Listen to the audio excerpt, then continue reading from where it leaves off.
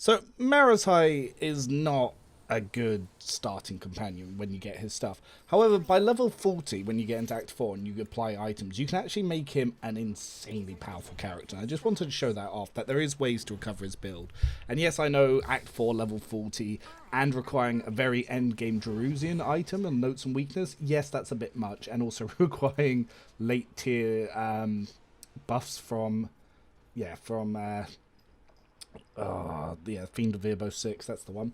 But yeah, no, Fort Guide staff to increase mobility here as well, along with Vidra. I'm just applying some buffs.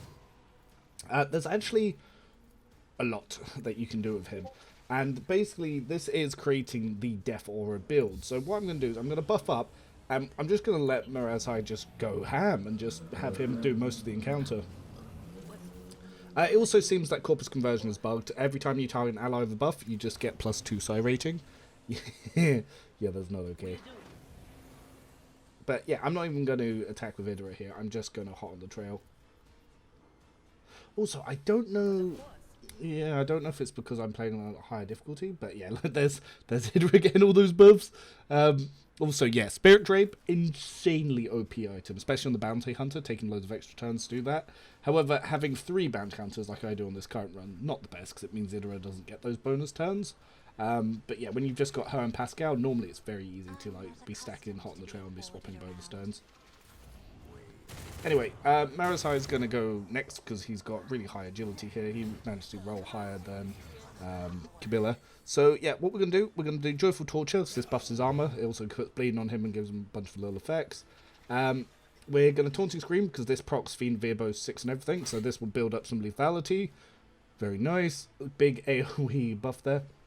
We're going to go swap to a two-hander and use Breakthrough. The reason for this is it allows a Reckless Strike to apply damage to all of our hits. So we'll do a bunch more hits than we're meant to. Well, a bunch more damage than we're meant to do. I'm going to use Dance Macabre to move. Again, obviously Fiend Virbo 6 is proccing on this. And now, because he's got his Blade Armor, which is a special item for him that you can only get if you kill those 3 people in Kimura who are kill the peasant that you have to sneak past on climbing the railing. So yeah, on their bike, which disappears if you come back later, that's where this special armor is. Anyway, so yeah, we're just going to use Breakthrough to target all of these weaknesses here. And as you can see, his lethality is building quite a bit, and we haven't used a single attack action yet. So we're just going to keep moving him to where his notes and weaknesses. We'll go around here. Yep. Yeah, we don't need to kill them just yet. Oh, he was even kind of moved with us. Now, one of the cool things is Killing Edge doesn't end your movement. So that's why this is also very important to the build. So for each negative effect on enemies, we can do a lot more damage with one of his special knives, which is what I've got set up onto him.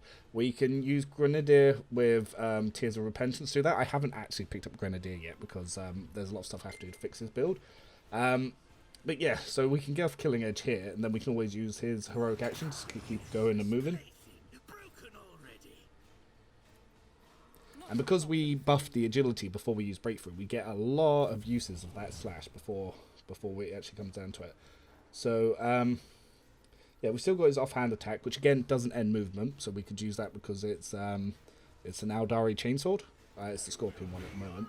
But we're going to start picking off some people. So we're going to Killing Edge all of these openings.